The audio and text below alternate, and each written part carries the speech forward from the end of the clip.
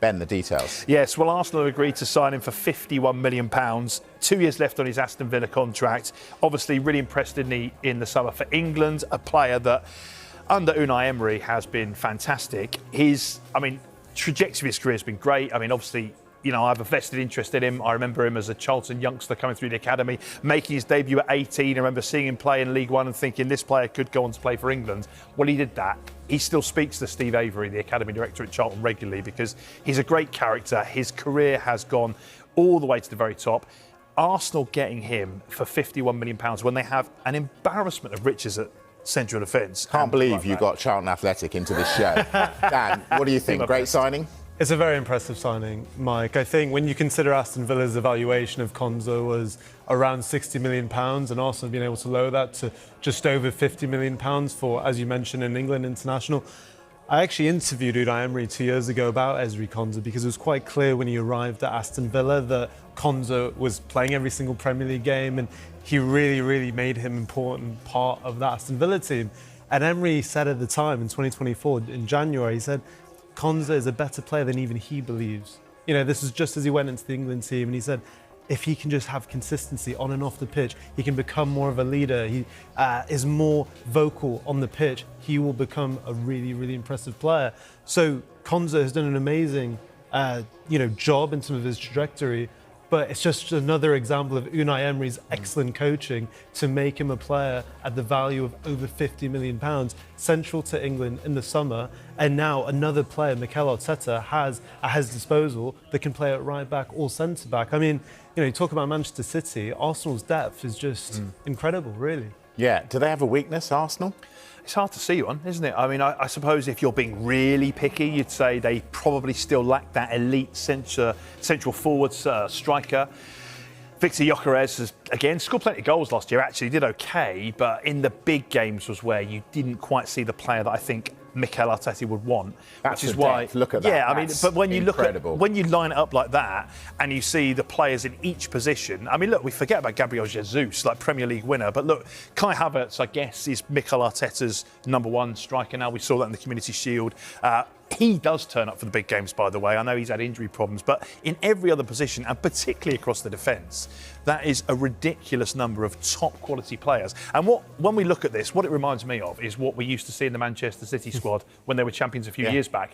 And it's now the opposite. Arsenal have all these players in all positions that would get into almost any other Premier League team. That was the case at City when they were champions.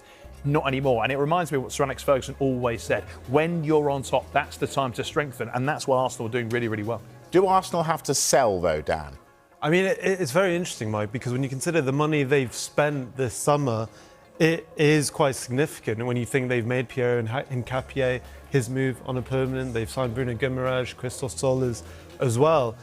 And it feels like they do. And I think you could see some of that homegrown talent go as well. I thought it was very interesting. So you mean Miles Lewis-Skelly? Very much so, because I think we've all been, in and around this business long enough where if someone is talented and someone who's contributing like Miles Lewis-Skelly was at the end of last season, playing a Champions League final, we would be getting the message that he is not for sale this summer. And I thought it was very interesting at the Premier League launch yesterday, the CEO of Arsenal, Richard Garlick, did an interview when asked about, will you sell your homegrown talent like Ethan Nwaneri or Miles Lewis-Skelly? He said, we are not actively looking at selling those homegrown players, but if the right opportunity came up, right for them and the club, we would obviously consider that.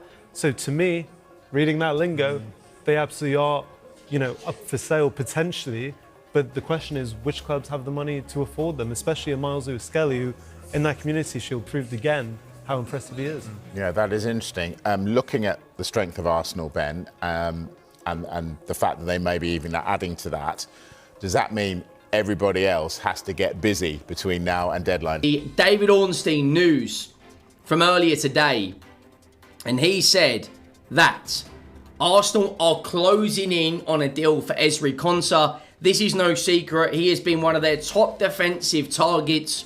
The fact that this guy can play centre-back and can play right-back. And do you know what I don't understand, right? I'll come to this transfer and give my thoughts and feelings. Let's just read the tweet. 28-year-old defender, high on Arsenal's list all summer, and work now advancing. Aston Villa to finalise after dialogue, ownership. And then Romano gave it the here we go. and he said, Arsenal agreed a deal to sign Ezri Konsa from Aston Villa. Here we go. Fee agreed, 50 million plus add-ons. Long-term deal in place. I don't understand why people are saying this is bad business. Ben White and Timber both have injury concerns and have had injuries in the last couple of years. Plus, William Saliba has a back injury and could be out until October or November. What Arsenal have done this window is improve their depth. But they haven't just improved their depth, they've added quality on top of the quality they've already got. They needed someone to come in and give Declan Rice a rest, and they did that. They signed Bruno Guimaraes. But he's not just giving Declan Rice a rest, he's one of the best midfielders in the league. He's a captain. He's won silverware at Newcastle. He's got Newcastle into the Champions League. The same with Ezri Konsa. He just won the Europa League with Aston Villa and had a very good World Cup campaign with England. I don't understand when people are saying this is an average signing. You're buying a Premier League centre-back in the peak of his powers, 28 years of age, in his prime, right, who can play right back and cover you when Timber needs a rest or Ben White has the injury concerns, but can also cover you while William Saliba is out. And then, not only that, when all these players are fit, it gives Mikel Arteta an unbelievable headache because of how much selection he has. He loves versatility. If you look through the entire Arsenal defence, every single player can play multiple positions. Lewis Skelly can play left back and centre mid. Calafiori, Nkapie, Ben White, Timber can all play centre back and right back. Saliba could probably play right back if he needed to, same as Gabriel. And now they have just signed Konsa. I don't understand. I think this is excellent business. I think it's a top signing. I would have loved to see this guy play at Spurs. Could have been an unbelievable replacement for Christian Romero. Let's be honest, he is better than Romero. Now, this is the big story, guys. This is the big story. Because Arsenal have made a strong comeback in the race to sign Kenan Yildiz. Now, I'll come back to this in a second. Arsenal, according to a number of reports, they want to sign a left winger. They have been linked to so many different left wingers in the last 12 to 18 months. They wanted to sign Vinicius Jr. They were prepared to put big money on the table for the signing, the image rights, and the wages. That money hasn't gone anywhere. That money they've just put on the table for Ezri Konsa was separate from the money they allocated for Vinicius Jr. I do think in the remaining 12, 13 days of this transfer window, Arsenal could go out there and drop huge money on a Kenan Yildiz.